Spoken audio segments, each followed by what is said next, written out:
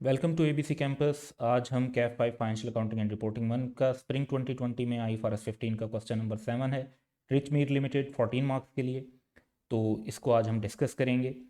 Financial statement of Rich Meat Limited for the year ended 31 December 2019 are under preparation.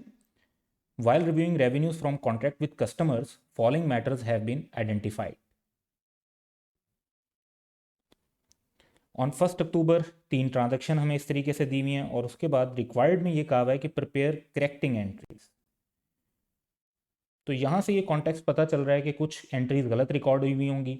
हमने ये भी देखना है कि क्या गलती हुई है, हमने ये भी देखना है कि क्या सही एंट्री होनी चाहिए थी, और फिर रेक्टिफाइंग एंट्रीज जो हैं यानी करेक्टिंग एंट्रीज हमने बतानी है अपने आंसर में 31 दिसंबर 2019 के लिए in accordance with IFRS 15 revenue from contracts with customer. तो हमारा इस क्वेश्चन को करने का तरीक़ाकार ये होगा कि हम हर पार्ट को सेपरेटली देखेंगे और हर पार्ट के अंदर हम 3 एंगल्स को कवर करेंगे कि गलत एंट्रीज़ क्या हुई हैं, सही एंट्रीज़ क्या होनी चाहिए थी, और अब हमारा आंसर क्या होना चाहिए। तो सबसे पहले पार्ट की तरफ चलते हैं। तो सबसे पहले पार्ट में है कि on 1 October 2019 TML sold machine C to Chain Limited for ₹25 million. As per the contract payment would be made after 2 years. तो पेमेंट अगर 2 years के बाद होगी तो इसका मतलब है कि इसके अंदर फाइनेंसिंग कंपोनेंट है।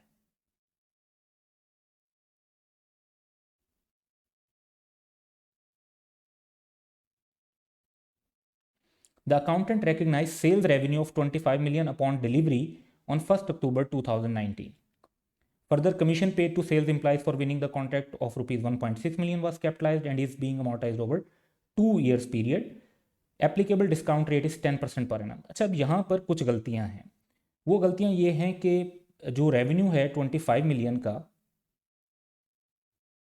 ये पूरा 25 मिलियन रिकॉर्ड नहीं होना चाहिए। ये 25 मिलियन की प्रेजेंट वैल्यू लेनी चाहिए इस 10% रेट को यूज़ करते हुए। तो जब आपका रेवेन्यू रिकग्निशन का टाइम और पेमेंट के टाइम में 12 मंथ से ज़्यादा का डिफरेंस होता है तो फिर आप फाइनेंसिंग कंपोनेंट की एडजस्टमेंट करते हैं। तो यहाँ पर वो फाइनेंसिंग कंपोनेंट की एडजस्टमेंट नहीं हुई भी, पूरा रेवेन्यू 25 मिलियन का रिकॉर्ड हुआ है, ये प्रेजेंट वैल्यू पर रिकॉर्ड होना चाहिए, और एक्स्ट्रा रेवेन्यू जो रिकॉर्ड हुआ है अब हम उसे रेक्टिफाई करेंगे। और जाहिर बात है जब आप रेवेन्यू प्रेजेंट वैल्यू पे रिकॉर्ड करेंगे तो फिर इंटरेस्ट भी रिकॉर्ड करना।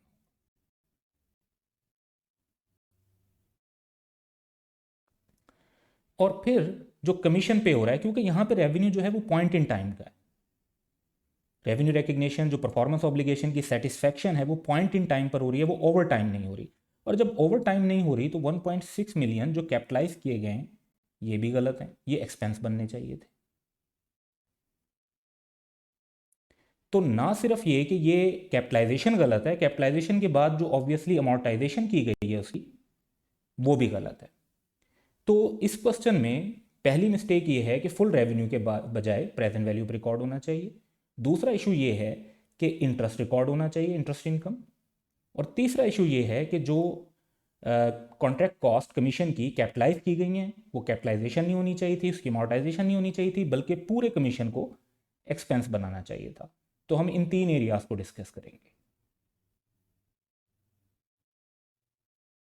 तो इसको हम अपने आंसर में रिफ्लेक्ट करते हैं। तो हम 3 टाइप की एंट्रीज बनाएंगे, entries that have already been passed, entries that should have been passed, और जो हमारा आंसर होगा यानी रेक्टिफाइंग एंट्री। तो ये बात आपने ध्यान में रखनी है कि हमारा आंसर सिर्फ ये सेक्शन है जो रेक्टिफाइंग एंट्रीज का है। जो फर्स्ट 2 सेक्शंस हैं ये जस्ट वर्किंग्स हैं। तो सबसे पहले हम देखते हैं कि एंट्रीज जो ऑलरेडी पास हुई हैं वो क्या हुई हैं। तो अकाउंटेंट ने रिसीवेबल और रेवेन्यू रिकॉर्ड कर दिया है पूरे 25 मिलियन का। उसके बाद उसने जाहिर बात है क्योंकि फुल रेवेन्यू रिकॉर्ड कर दिया है तो इंटरेस्ट तो कोई रिकॉर्ड नहीं किया, और जो कमीशन कॉस्ट लगी हैं उनको कैपिटलाइज कर दिया है 1.6 मिलियन का। और उनको कैपिटलाइज करने के बाद ओवर 2 years और 3 महीने हुए हैं सिर्फ ईयर एंड तक, तो ओवर 2 years उसकी अमोर्टाइजेशन भी चार्ज कर दिया। तो 1.6 divide by 2 years would be 0.8, और 3 मंथ्स के हिसाब से 3/12 0.2 बनता है।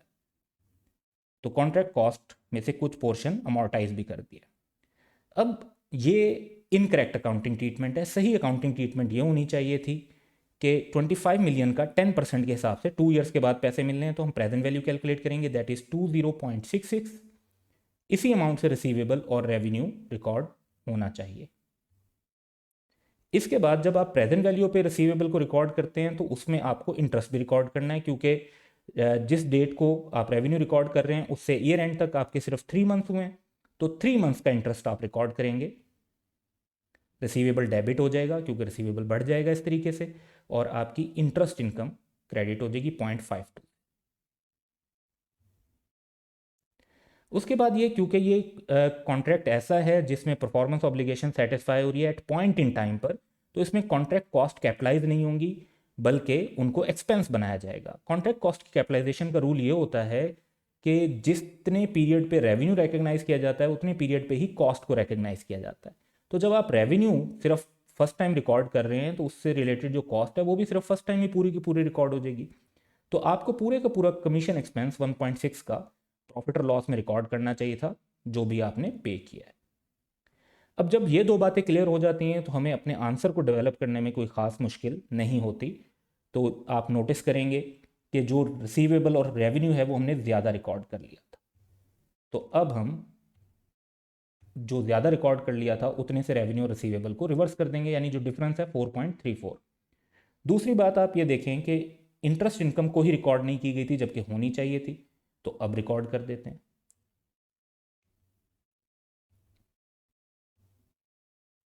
तीसरी बात ये कि कमीशन एक्सपेंस रिकॉर्ड होना चाहिए था 1.6 का, तो वो नहीं हुआ था, अब रिकॉर्ड कर देते हैं। अमॉर्टाइजेशन एक्सपेंस गलत रिकॉर्ड हुआ था, इसको रिवर्स कर देते हैं। और contract cost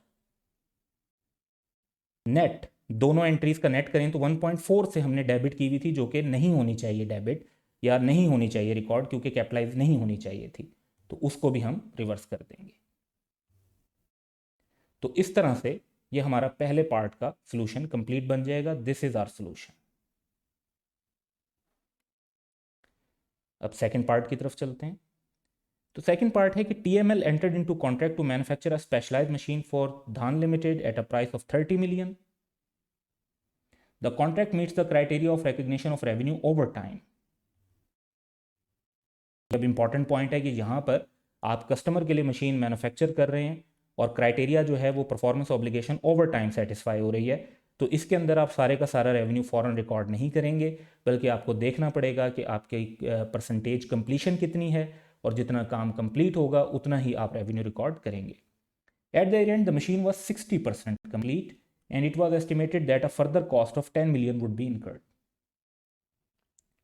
Cost of 15 million incurred till year end has been included in closing inventory, and receipt of 11 million have been credited to revenues.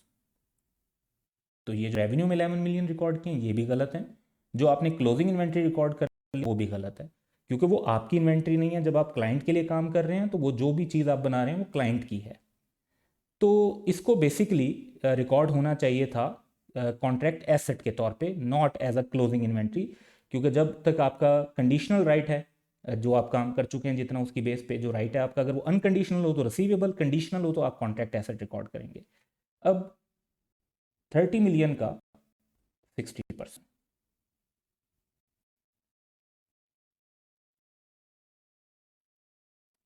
आप रेवेन्यू रिकॉर्ड कर सकते हैं दैट इज ऑफ 18 मिलियन। तो इस बेसिस पर जो entries गलत record हुई हैं दो, और जो रेवेन्यू रिकॉर्ड होना चाहिए 18 मिलियन का, उसको हम रिफ्लेक्ट करते हैं आंसर में। Once again entries already passed that should have been passed, और rectifying entries, ये तीन हम सेपरेट सेक्शन बना लेते हैं। फर्स्ट 2 सेक्शन जो है वो हमारी वर्किंग है, और जो लास्ट सेक्शन है वो हमारा आंसर होगा। तो सबसे पहले अगर हम देखते हैं कि एंट्रीज ऑलरेडी पास्ड क्या हैं, तो जो पैसे रिसीव हुए हैं 11 मिलियन, वो क्वेश्चन में हमें बताया है जो कि गलत है, लेकिन हम अभी देख रहे हैं कि उन्होंने किया है। और उन्होंने इन्वेंट्री रिकॉर्ड कर ली है 15 मिलियन की, तो इन्वेंट्री की जो टिपिकल एडजस्टमेंट होता है inventory debit cost of sales credit. अब एंट्रीज रिकॉर्ड क्या होनी चाहिए थी? रिकॉर्ड ये होनी चाहिए थी कि ठीक है आपको बैंक में 11 मिलियन रिसीव हुए हैं तो वही डेबिट होने चाहिए, वो तो चेंज नहीं होगा।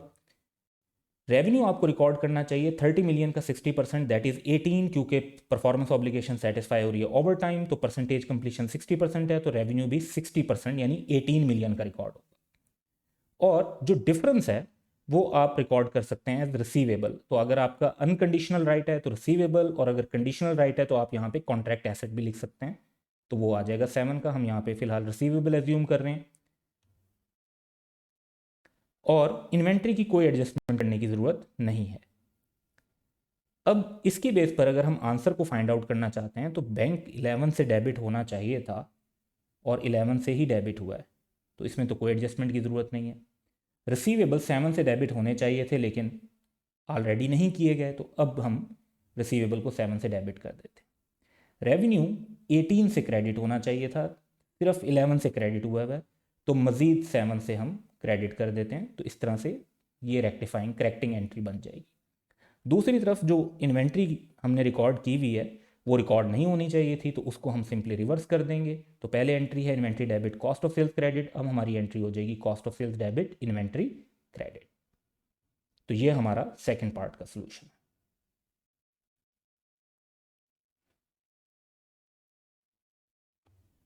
थर्ड पार्ट है TML entered into a contract to sell 1 unit of machine A and machine B for a total price of 16 million। यानी हम दो मशीन्स देंगे और टोटल पैसे लेंगे 16 million. Machine A was delivered in December 19, यानी year and से पहले हम डिलीवर कर चुके हैं to the customer, while machine B was delivered in January 20, यानी मशीन बी ईयर एंड तक डिलीवर नहीं हुई। The consideration of rupees 16 million is due only after TML transfer both the machines to the customer. यानी हमारा जो right बनेगा वो दोनों मशीन्स के डिलीवर करने पर बनेगा, उससे पहले हमें पैसे नहीं मिलने, या कह लें कि पैसे मिलने का राइट नहीं मिलना। तो TML sells machine A and B at a stand-alone selling price of rupees 12 million and rupees 8 million respectively। तो ये उनकी स्टैंड अलोन सेलिंग प्राइसेस हैं। Accountant recognise receivable and revenue of 12 million, क्योंकि मशीन ए डिलीवर कर दी है तो उसका पूरे का पूरा रेवेन्यू कर लिया stand alone selling price base पे, जो कि गलत है। आपने जब एक कॉन्ट्रैक्ट में एक से ज़्यादा परफॉर्मेंस ऑब्लिगेशन है तो उसके अंदर आपको एलोकेशन करनी पड़ेगी ट्रांजैक्शन प्राइस की। तो ट्रांजैक्शन प्राइस की एलोकेशन करके उस बेस पर मशीन ए के जितने पैसे बनेंगे उस हिसाब से रेवेन्यू रिकॉर्ड होना चाहिए। तो जो ऑलरेडी 12 मिलियन का रेवेन्यू रिकॉर्ड हुआ हुआ है ये गलत है, इसको हम रिवर्स करेंगे और एलोकेशन करके देखेंगे कि रेवेन्यू कितने का रिकॉर्ड होना चाहिए था और अकॉर्डिंगली एडजस्टमेंट करेंगे। अब यहाँ पर ये बड़ा क्लियर है, यहाँ पर यानी ये कन्फ्यूजन नहीं है कि ये रिसीवेबल रिकॉर्ड होना चाहिए या नहीं, तो आप रिसीवेबल रिकॉर्ड नहीं कर सकते। तो जब आप रिसीवेबल रिकॉर्ड नहीं कर सकते, क्योंकि कंसिडरेशन जो है उस पर राइट आपका सिर्फ तब बनेगा जब दोनों मशीन से डिलीवर होंगी, तो जब रिसीवेबल रिकॉर्ड नहीं कर सकते तो फिर आप क्या रिकॉर्ड कर सकते हैं? कॉन्ट्रैक्ट एसेट, क्योंकि कंडीशनल राइट है आपका, मशीन ए के पैसे भी जो मिलने हैं वो कंडीशनल राइट है। कंडीशन किस क्या है कि मशीन बी भी डिलीवर हो जाएगी तब, तो जब मशीन बी डिलीवर हो जाएगी तब आप इस कॉन्ट्रैक्ट एसेट को रिसीवेबल बना सकते हैं। तो इसको हम अपने आंसर में रिफ्लेक्ट करते हैं। Once again 3 categories already entries pass that should have been passed, और जो हमारा आंसर होगा रेक्टिफाइंग एंट्रीज का।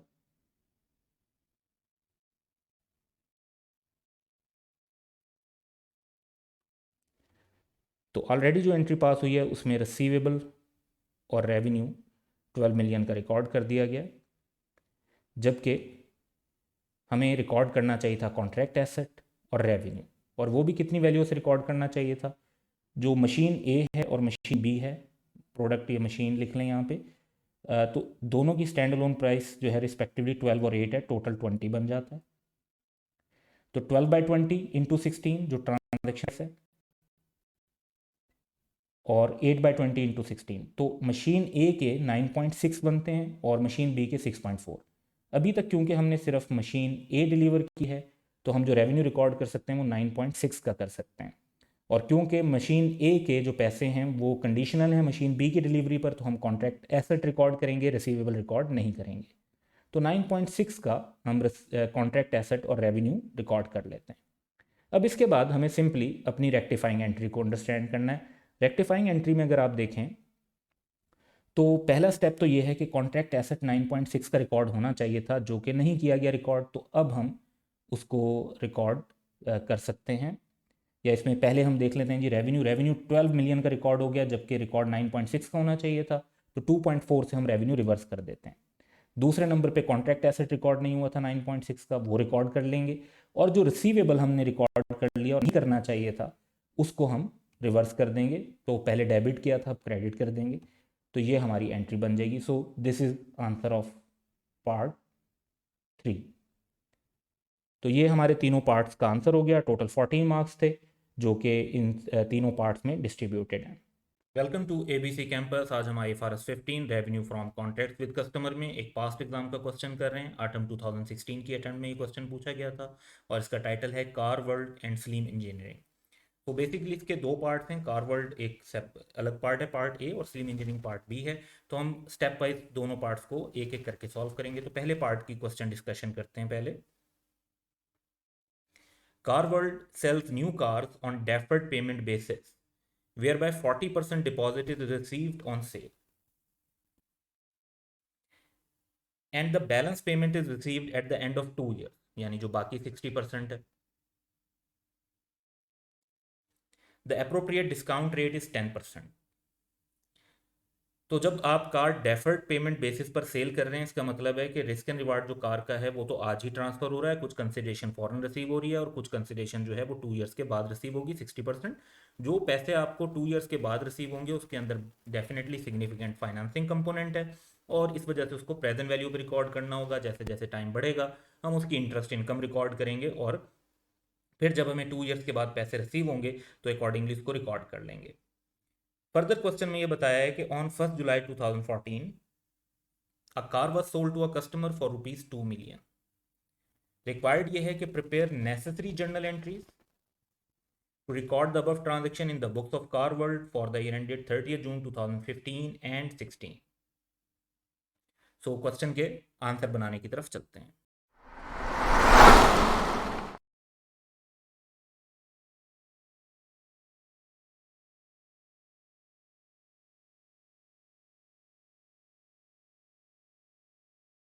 तो सबसे पहले हम मेंशन कर देते हैं आंसर पार्ट ए, और हमें क्योंकि जर्नल एंट्रीज पास करनी है तो उसका फॉर्मेट बना लेंगे। और सबसे पहली जो एंट्री हमारी होनी चाहिए उसको देखते हैं। तो सबसे पहली एंट्री तो ये है कि हमने 1 जुलाई 2014 को कार सेल की है, 2 मिलियन की सेल की है, 40%, और 60% अमाउंट जहन में रखेंगे कि 40% फ़ौरन मिल रही है और 60% जो है वो 2 ईयर्स के बाद। तो इसके लिए एक छोटी सी वर्किंग भी बना लेते हैं।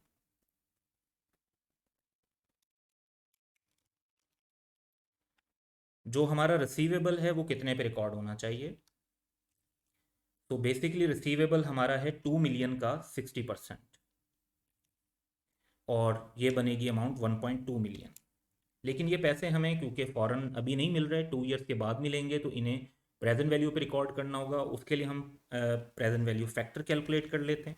तो 10% इंटरेस्ट रेट का मतलब है कि 1 + 10% रेस टू पावर -2। -2 इसलिए क्योंकि 2 ईयर्स के बाद हमें पैसे मिल रहे होंगे, और ये फैक्टर हमारे पास कैलकुलेट हो जाएगा 0.8264, और इससे हमारे पास प्रेजेंट वैल्यू आ जाएगी रिसीवेबल की। सो 1.2 million into 0.8264, that would be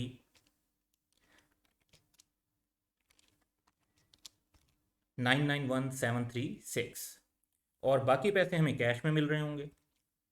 तो कैश में कितनी अमाउंट हमें मिल रही है, हमें 2 मिलियन का 40% कैश में मिलेगा, दैट वुड बी 800,000। तो ये अगर हम टोटल कर लेते हैं तो that comes out to be 1791736। तो अब हमारे पास अमाउंट आ गई जितने पे हमें रेवेन्यू को रिकॉर्ड करना चाहिए, और उसमें से जो रिसीवेबल है वो कितना रिकॉर्ड होगा इनिशियली, और कैश कितने का रिकॉर्ड होगा। तो इस बेसिस पर हम अपनी फर्स्ट जर्नल एंट्री रिकॉर्ड करते हैं। तो ऑन 1 जुलाई 2014 हमारी एंट्री होगी कि हमें कैश रिसीव हुआ 800,000 का।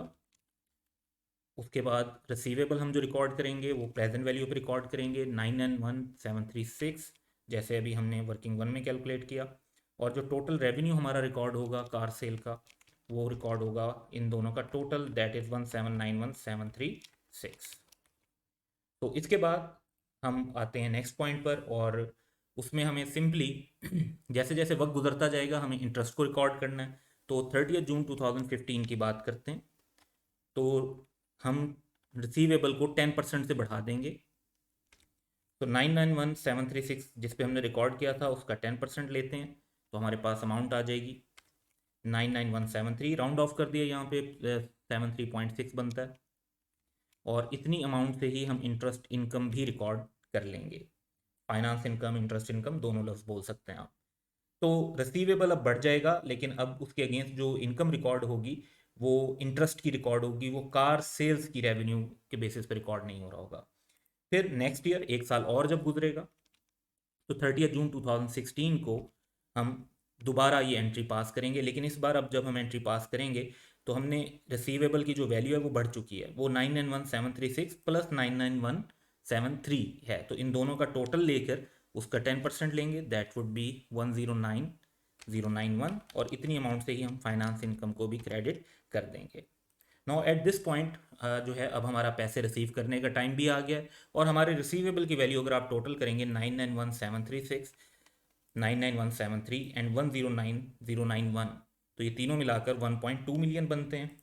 और इस बेसिस पर हम जब रिसीव करेंगे तो कैश हमें रिसीव हो जाएगा 1.2 मिलियन का, और रिसीवेबल हम डी रेकग्नाइज कर देंगे, क्रेडिट कर देंगे। तो पार्ट ए की जो रिक्वायरमेंट थी कि हम जर्नल एंट्रीज पास करें क्वेश्चन के डाटा के मुताबिक, उसको हमने इनकॉर्पोरेट कर लिया। इसकी सपोर्ट में हमें एक छोटी सी वर्किंग बनानी पड़ेगी, basically to incorporate the present value. अब क्वेश्चन के पार्ट बी की तरफ चलते हैं, that is Salim engineering. So basically इस पार्ट में सलीम इंजीनियरिंग में सब पार्ट भी हैं दो, और ये है कि Salim engineering is supplier of various types of industrial machines. It also provide services for the maintenance of these machines. Following transactions were carried out by SC during the year ended 30th June 2016. अच्छा, सबसे पहले तो ये कि 5 machines were sold on a layaway basis to one of its frequent customers. 3 out of total of 5 installments had been received till the year end.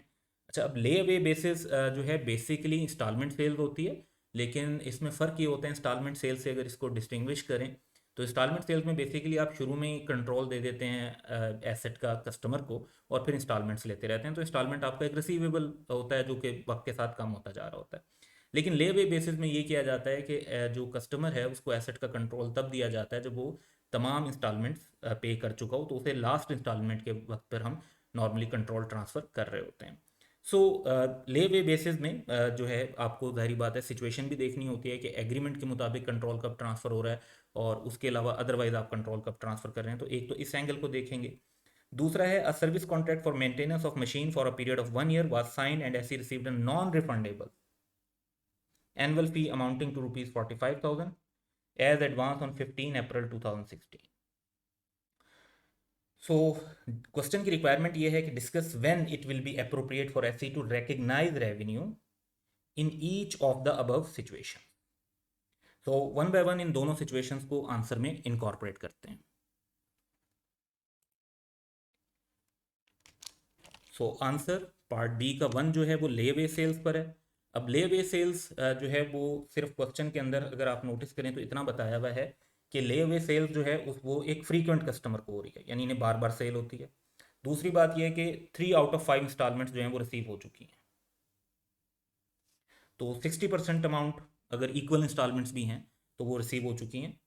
तो इस basis पर हम ये रिस्पॉन्ड कर सकते हैं कि रेवेन्यू फ्रॉम लेवे सेल्स जो नॉर्मली है वो तो तब रिकग्नाइज किया जाता है जब गुड्स डिलीवर्ड हो जाती हैं और फुल पेमेंट हो चुकी होती है। तो revenue from layaway sales is recognised when the goods are delivered against full payment.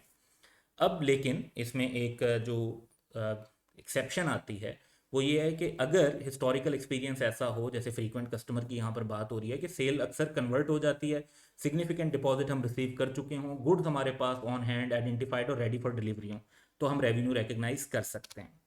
तो however if the SC historical experience ये है कि क्योंकि उनका फ्रीक्वेंट कस्टमर है, shows that most layaway transactions are converted into sales, कि वाकई actually sales भी हो जाती हैं, then it can recognise revenue when it receives a significant deposit, जो कि इन्होंने 60% तो रिसीव कर लिया है। Provide that the goods are on hand, कि इनके पास गुड्स मौजूद हों, आइडेंटिफाइड हों और रेडी फॉर डिलीवरी हों।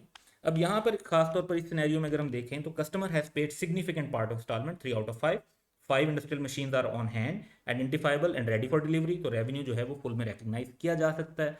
लेकिन आप हमेशा ध्यान में रखेंगे कि कंक्लूसिव फैक्टर जो होगा वो हमें ये देखना होगा कि ट्रांसफर ऑफ कंट्रोल क्या है। तो अगर ट्रांसफर ऑफ कंट्रोल हो रहा है तो आप रेवेन्यू रिकग्नाइज करेंगे, अदरवाइज आप इसको नहीं करेंगे। तो डिफरेंट इंडिकेटर्स आप पूरी सिचुएशन को देखते हुए एक जजमेंट बेस्ड जो है डिसीजन होगा कि हमने रेवेन्यू रिकग्नाइज करना है या नहीं। अब इसके सेकंड पार्ट की तरफ चलते हैं। तो सेकंड पार्ट में हमें नॉन रिफंडेबल एनुअल फ़ी मिली है और इसमें हमें जो रिसीव हो रही है वो 15 अप्रैल 2016 को हो रही है, यानी ईयर एंड से पहले, और 1 ईयर का पीरियड है जिसका सर्विस कॉन्ट्रैक्ट है। तो इस बेसिस पर अब इसमें ये एग्जैक्ट नहीं बताया हुआ कि एडवांस जो है 15 अप्रैल को है तो कॉन्ट्रैक्ट 15 अप्रैल से ही स्टार्ट हो रहा है या मे बी 1 मई से या किसी और डेट से स्टार्ट हो रहा है। लेकिन जो कॉन्सेप्ट है उसको यहाँ पर हम डिस्कस कर लेते हैं। बेशक आपकी फ़ी नॉन रिफंडेबल हो, उसको आप रेवेन्यू रिकॉर्ड नहीं कर सकते जब तक आप अपने हिस्से की ऑब्लिगेशन को जो है परफॉर्म ना कर चुके हों। तो नॉन रिफंडेबल एडवांस फ़ी में हमारा जो कॉन्सेप्ट होगा वो ये होगा कि इसको हम कॉन्ट्रैक्ट लाइबिलिटी के तौर पे लिखेंगे और फिर जैसे जैसे ये सेटिस्फाई होती जाएगी तो उस हिसाब से हम इसका रेवेन्यू रिकॉर्ड कर लेंगे। So although the fee is non-refundable, it shall be presented as contract liability initially and then it will be recognized as revenue as performance obligation is satisfied over time। और अगर हम कहते हैं let's say कि 2.5 month गुजर चुके हैं, अप्रैल 15 से हाफ मंथ, फिर मई और जून 2.5 मंथ्स गुजर चुके हैं, तो उस बेसिस पर हम जो है बेसिकली ₹45,000 में से 2.5 डिवाइड बाई 12 इतना रेवेन्यू जो है वो इसमें रिकग्नाइज कर सकते हैं। ये अमाउंट जो है हमारे पास बेसिकली अगर हम 45,000 को डिवाइड करते हैं 12 से तो 9375 का रेवेन्यू रिकग्नाइज कर सकते हैं। तो जो क्वेश्चन की रिक्वायरमेंट्स थी वो हमने यहाँ पे स्टेप वाइज कंप्लीट कर दी।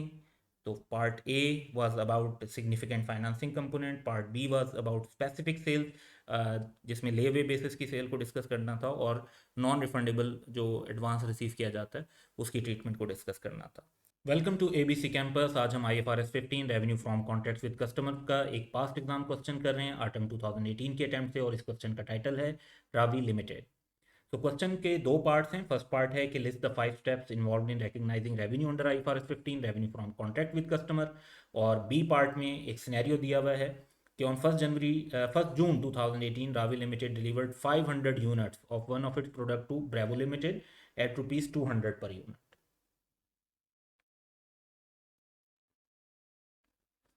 BL immediately paid the amount and obtained control upon delivery। तो उन्होंने अमाउंट भी जो है वो पे कर दी और जो गुड्स हैं उनका कंट्रोल भी ले लिया। BL is allowed to return unused units with in 30 days, यानी 30 जून तक वो रिटर्न कर सकते हैं। And receive a full refund, और पूरे पैसे उन्हें फिर हमें वापस करने होंगे।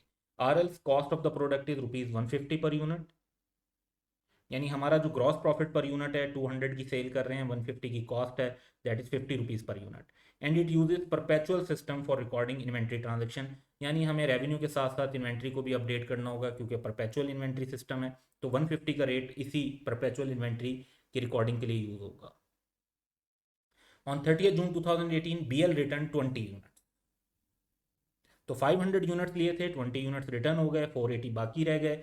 लेकिन अब इंसेप्शन के टाइम पर तो हमें नहीं पता था कि कितने यूनिट रिटर्न होंगे। जब 1 जून की बात थी तो हमें नहीं पता था कि 20 रिटर्न होंगे, 30 होंगे, 10 होंगे या बिल्कुल नहीं होंगे या सारे के सारे हो जाएंगे। सो क्वेश्चन की रिक्वायरमेंट में दो पार्ट्स हैं। Prepare necessary journal entries in the books of RL on 1 June 2018 and 30 June 2018 under each of the following independent situation. पहली सिचुएशन ये है कि based upon historical data RL estimates that 5% unit will be return on expiry of 30 days. तो यानी हमारे पास historical data available था और हमारी एक एस्टिमेशन थी। और 2 है इसका कि the product is new and RL has no relevant historical evidence of product return और अदर अवेलेबल मार्केट एविडेंस। और जब कोई एविडेंस ना हो तो फिर फॉर द टाइम बिंग हम रेवेन्यू को रिकॉर्ड नहीं कर रहे होंगे, और फर्स्ट वाली सिचुएशन के अंदर भी हम 95% रेवेन्यू रिकॉर्ड कर रहे होंगे क्योंकि 5% चांस ऑफ रिटर्न है। तो इन सारे पार्ट्स को जो है वन बाय वन हम फोकस करेंगे। पार्ट वन में थ्योरी है और पार्ट बी के अंदर जर्नल एंट्री।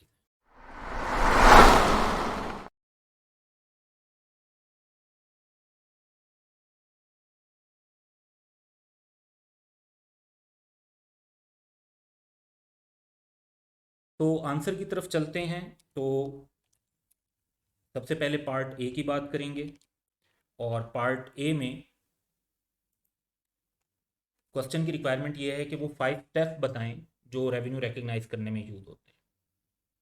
तो ये तो थ्रू आउट द बुक और जो हमारे लेक्चर्स हैं इसमें ये डिस्कस होते रहते हैं 5 स्टेप्स।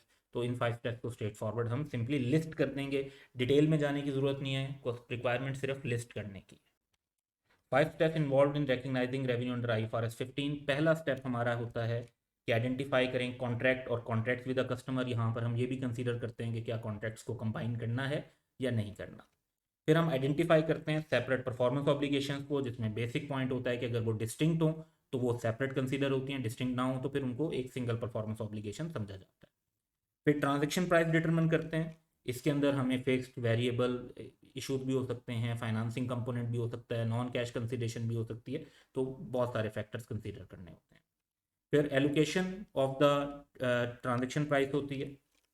इसमें बेसिकली हम स्टैंड लोन सेलिंग प्राइसेस को डिस्कस करते हैं, और फिर डिस्काउंट और वेरिएबल कंसिडरेशन की एलोकेशन को भी देखा जाता है।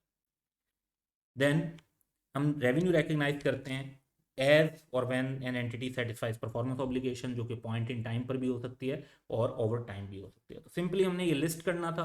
अब हम नेक्स्ट पार्ट की तरफ चलते हैं। तो पार्ट बी की बात करते हैं।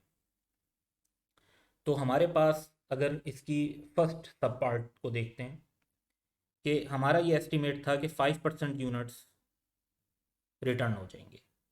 तो हमने जो एंट्रीज पास करनी है वो 1 जून 2018 और 30 जून 2018 की पास करनी है। तो हमने जो यूनिट सेल किए हैं वो 500 हैं और सेल प्राइस 200 पर यूनिट है। कॉस्ट 150 पर यूनिट, और परपेचुअल इन्वेंट्री सिस्टम है तो पहले इनिशियल एंट्री रिकॉर्ड करते हैं और फिर बाद में देखते हैं।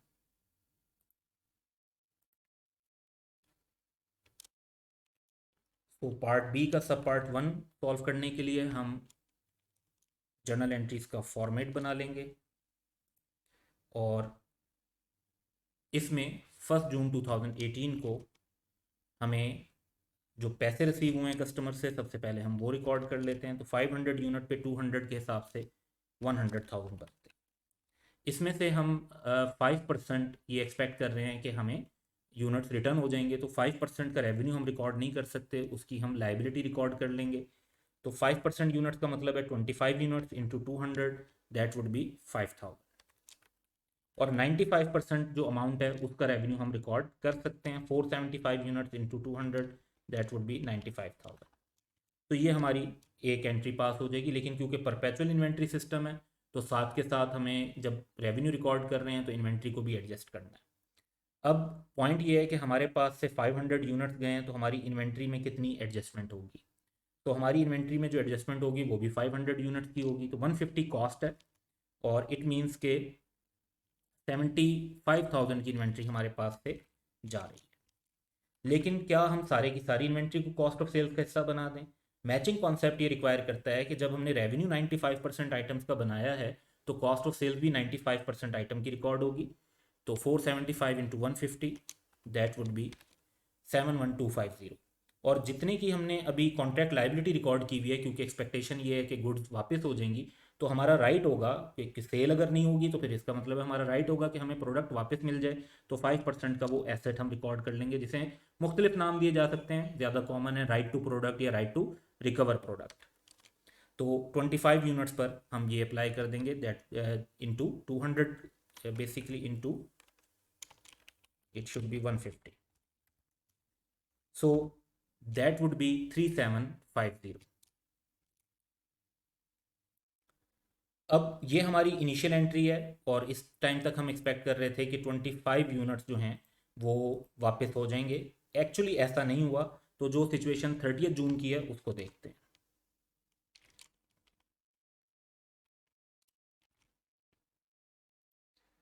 तो 30 जून को जो यूनिट रिटर्न हुए हैं वो 20 यूनिट्स रिटर्न हुए। तो अब क्या होगा, अब एक तो ये बात होगी कि अब हमारी जो कॉन्ट्रैक्ट लाइबिलिटी है वो तो मुकम्मल तौर पर ख़त्म हो जाएगी, लेकिन जो फर्दर पर्सपेक्टिव है उसमें हमें जो है 20 यूनिट्स जो वापस करने पड़े उनके पैसे दे देंगे हम, यानी जो वापस हो जाएंगे। तो बैंक से हम 20 यूनिट्स की 200 के हिसाब से पेमेंट कर देंगे। 20 into 200 that would be 4000। 5 units जो हम सोच रहे थे कि वापस हो जाएंगे और वो वापस नहीं हुए, उनका अब हम रेवेन्यू रिकॉर्ड कर लेंगे, दैट वुड बी 1000। और यहाँ पर हमारी जो कॉन्ट्रैक्ट लाइबिलिटी थी टोटल 5000 से, वो ख़त्म हो जाएगी। तो ये जो हमने कॉन्ट्रैक्ट लाइबिलिटी ऊपर रिकॉर्ड की हुई थी क्रेडिट करके, यहाँ पर डेबिट होकर वो ख़त्म हो जाएगी। अब जाहिर बात है कि हमें साथ के साथ इन्वेंट्री में भी एडजस्टमेंट करनी पड़ेगी। तो इन्वेंट्री के अंदर एडजस्टमेंट हमारी क्या होगी। पहली बात तो ये कि जब हमने रेवेन्यू मजीद 5 यूनिट्स का रिकॉर्ड किया है तो कॉस्ट ऑफ सेल्स भी मजीद 5 यूनिट्स की हमें रिकॉर्ड करनी होगी। तो 5 into 150 that would be 750।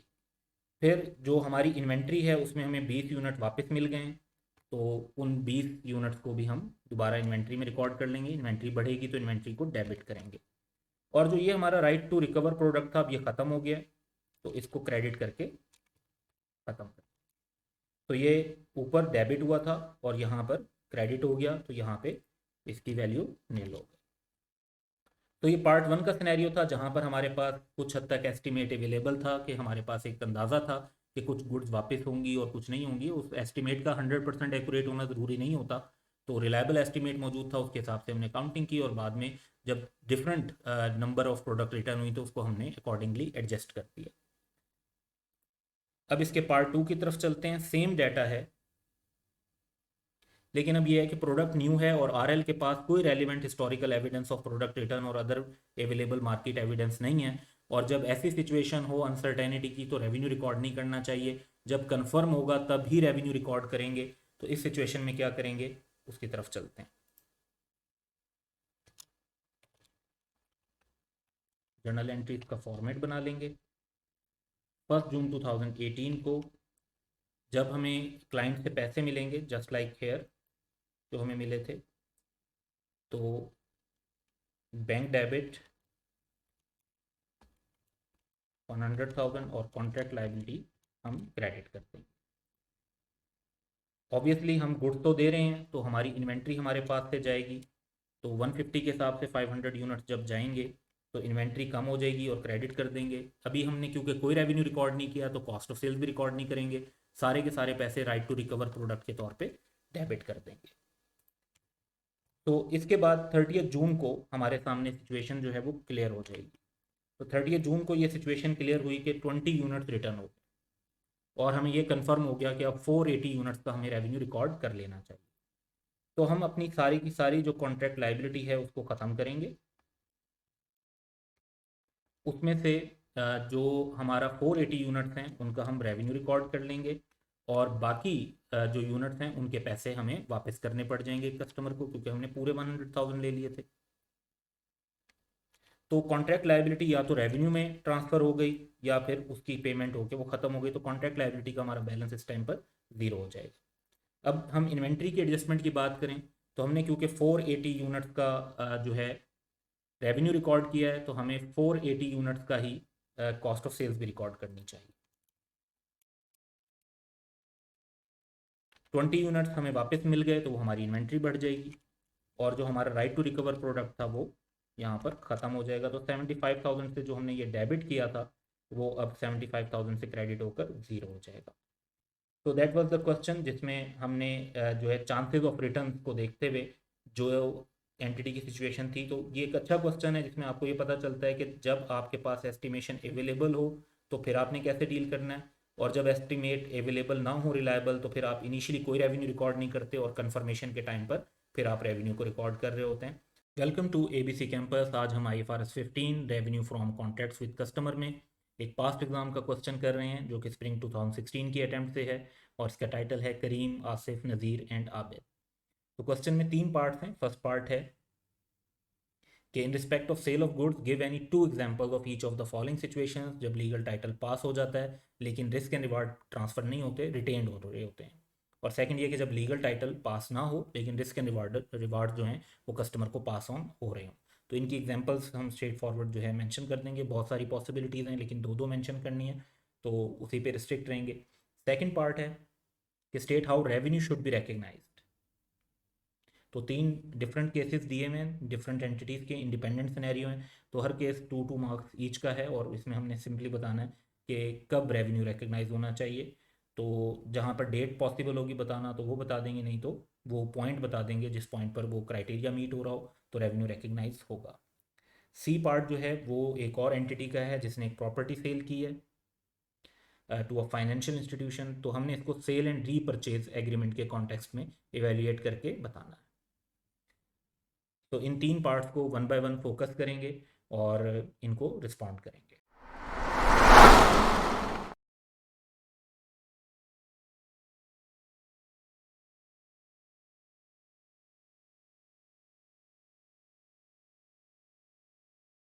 So answer of part A की तरफ चलते हैं। तो क्वेश्चन की रिक्वायरमेंट जो है उसके मुताबिक हमें एक तो लीगल टाइटल पास हो रहा हो लेकिन रिस्क एंड रिवार्ड रिटेन हो रहे हो, तो उसकी 2 एग्जांपल्स बतानी है। तो legal title passes but risk and reward are retained. तो इसकी फर्स्ट एग्जांपल हम बता सकते हैं कि कस्टमर जो है जब उसको गुड्स रिटर्न करने की इजाज़त हो with in a period specified और उसको पूरा रिफंड मिल सकता हो, तो इवन इफ़ टाइटल पास हो चुका है और हम कहते हैं कि गुड्स वापस हो सकती हैं। अब ऐसी सिचुएशन में भी रेवेन्यू रिकॉर्ड कर लिया जाता है अगर हमारे पास रिलायबल एस्टिमेट हो कि गुड्स वापस नहीं होंगी। But sometimes product is new और इस बात का जो है हमें कंफर्म नहीं होता, कोई एस्टिमेट ऐसा रिलायबल अवेलेबल नहीं होता कि गुड्स रिटर्न होंगी या नहीं होंगी। तो इन दैट सिचुएशन हम फिर जो है रिस्क एंड रिवार्ड अभी तक हमारे ही होते हैं और हम रेवेन्यू भी रिकग्नाइज नहीं कर रहे होते। So customer may return the good with in the period specified against full refund even when the title has been pass and entity is not sure as to probability of refund as the product is new. या फिर एक ऐसी situation जहाँ पे receipt of revenue contingent हो कि buyer अगर revenue earn करेगा तो वो फिर हमें हमारी सेल ऑफ गुड्स होगी। सो बेसिकली अगर हम किसी को गुड्स देते हैं और वो आगे उन गुड्स से उसने प्रॉफिट अर्न किया तो वो हमसे चीज़ें जो है उनके पैसे देगा वरना नहीं देगा। तो इसमें रिस्क एंड रिवार्ड जो है अभी तक हमारा ही है और ट्रांसफ़र नहीं हुआ, ऑल्दो ये कि लीगल टाइटल में भी पास ऑन हो गया हो। इसका सेकंड पॉइंट है जो कि अपोजिट है कि लीगल टाइटल पास ना हो लेकिन रिस्क एंड रिवार्ड जो है वो ट्रांसफ़र हो गए हों।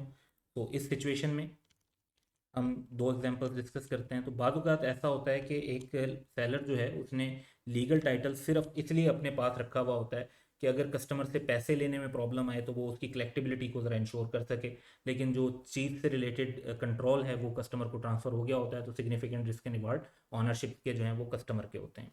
इसी तरीके से एक सिनेरियो ये भी हो सकता है कि लीगल टाइटल जो है वो अभी तक ट्रांसफ़र ना हुआ हो लेकिन कंट्रोल ऑफ गुड जो है वो कस्टमर को ट्रांसफ़र हो गया हो, तो जो भी फ़ायदा नुकसान होगा, रिस्क एंड रिवार्ड होगा, वो कस्टमर को ट्रांसफ़र हो चुका है। तो अब पार्ट बी की तरफ चलते हैं। इसमें हमने ये बताना है कि how revenue should be recognize in the following cases. तो 3 डिफरेंट केसेस हैं, हर केस को हमें सेपरेटली देखना होगा।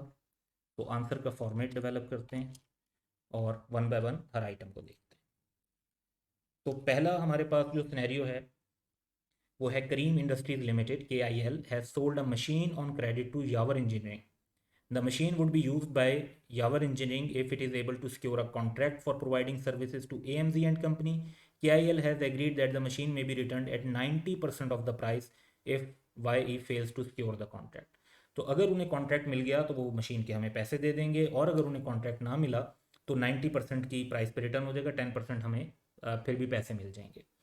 तो बेसिकली यहाँ पर अभी कंफर्म नहीं है कि हमारे रिस्क एंड रिवार्ड ट्रांसफ़र हो रहे हैं या नहीं और परफॉर्मेंस ऑब्लिगेशन जो है उसकी सेटिस्फेक्शन हमारे लिए जो रेवेन्यू की कंफर्मेशन है वो कंटीजेंट है इस बेस पे कि कस्टमर को कब कॉन्ट्रैक्ट मिलेगा। तो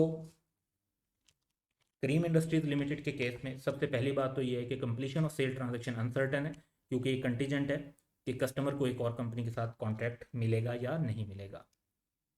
रेवेन्यू हमें सिर्फ तब रिकॉर्ड करना चाहिए मशीन पे जब कस्टमर को वो कॉन्ट्रैक्ट मिल जाए, और अगर उसको वो कॉन्ट्रैक्ट नहीं मिलता तो 10% अमाउंट को हम अपना रेवेन्यू रिकॉर्ड कर सकेंगे, लेकिन जब सिर्फ तब जब हमें ये कंफर्म हो जाए कि हमारे कस्टमर की ये एबिलिटी नहीं है कि वो अब कॉन्ट्रैक्ट को सिक्योर कर सकता है। सो ये 3 पॉइंट्स स्पेसिफिकली हम इसके अंदर मेंशन करते हैं। नेक्स्ट सिनेरियो हमारे पास है आसिफ इलेक्ट्रॉनिक्स का। Asif electronics is about to sell a new type of food factory. Since customer demand is high, A is taking advance against orders. The selling price has been fixed at rupees 7,000 per unit, and so far 175 customers have paid the initial 25% deposit, which is non-refundable. तो demand high है, advance आप ले रहे हैं, 25% deposit का advance ले रहे हैं, और उसके बाद आपने बाकी पैसे लेकर आप कस्टमर्स को जो है यूनिट दे रहे होंगे। तो ऐसी सिचुएशन में जो हमें एडवांस मिला है उसका रेवेन्यू हम अभी रिकॉर्ड नहीं कर सकते, क्योंकि हमने अपनी परफॉर्मेंस ऑब्लिगेशन को भी सेटिस्फाई नहीं किया। बट ऑब्वियसली जो डिपॉजिट है जो हमें रिसीव हो रहा है उसको फिर हम कॉन्ट्रैक्ट लाइबिलिटी के तौर पे रिकॉर्ड करेंगे, और उस कॉन्ट्रैक्ट लाइबिलिटी को या एडवांस को हम रेवेन्यू बना सकते हैं सिर्फ तब जब कस्टमर अगर प्रोडक्ट क्लेम ना करे और हमारी कोई remaining obligation under the contract ना रहे। और जहाँ तक बात है कि फूड फैक्ट्री की, तो फूड फैक्ट्री का रेवेन्यू आप सिर्फ तब रिकॉर्ड कर सकते हैं जब आप अपनी परफॉर्मेंस ऑब्लिगेशन सेटिस्फाई करेंगे, यानी कस्टमर को कंट्रोल ट्रांसफ़र करेंगे। तो based on this Asif electronics में भी हम 3 पॉइंट्स लिखेंगे कि रेवेन्यू तब रिकग्नाइज होना चाहिए जब ट्रांसफ़र ऑफ कंट्रोल होगा कस्टमर को, यानी जब फूड फैक्ट्री डिलीवर की जाएगी, और तब तक जो एडवांस के पैसे हैं उन्हें हमें कॉन्ट्रैक्ट लाइबिलिटी के तौर पर शो करना चाहिए और उन्हें रेवेन्यू नहीं बनाना चाहिए। हाँ, लेकिन अगर ऐसा होता है कि हम जो कस्टमर है वो बाकी 75% देने पर तैयार नहीं है क्योंकि डिपॉजिट नॉन रिफंडेबल है, तो फिर ये हमारा रेवेन्यू बन जाएगा अगर कस्टमर प्रोडक्ट को क्लेम ना करे और हमारी कॉन्ट्रैक्ट के अंदर कोई ऑब्लिगेशन बाकी ना हो, only in that case. Third scenario है Nazir Engineering Limited entered into a contract for the provision of services over a period of 2 years. The total contract price was rupees 25 million, and NEL had initially expected to earn a profit of rupees 5 million on the contract. However, the contract had not progressed as expected. In the first year, cost of rupees 12 million were incurred. Management is not sure of the ultimate outcome but believes that at least the cost on the contract would be recovered from the customer.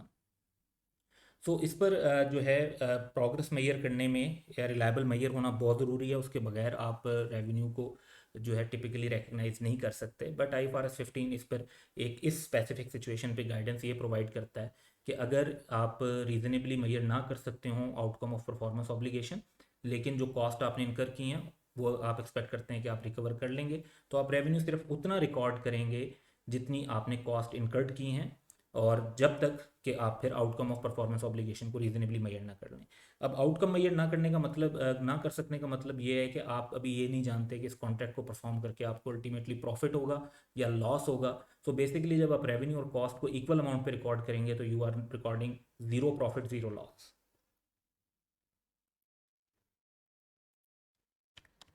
तो Nazir engineering limited, इसमें पहला point हम standard को mention कर देते हैं कि as NEL is not able to reasonably measure the outcome of performance obligation, लेकिन एक्सपेक्ट करते हैं कि कॉस्ट रिकवर हो जाएंगी तो वो रेवेन्यू को रिकग्नाइज करेंगे सिर्फ उस हद तक जितनी उनकी कॉस्ट इनकर्ड है, until such time that it can reasonably measure the outcome of the performance obligation. तो जो कॉस्ट अभी तक उन्होंने लगाई हैं वो 12 मिलियन की हैं, इतना ही रेवेन्यू रिकग्नाइज किया जा सकता है। अब पार्ट सी की तरफ चलते हैं।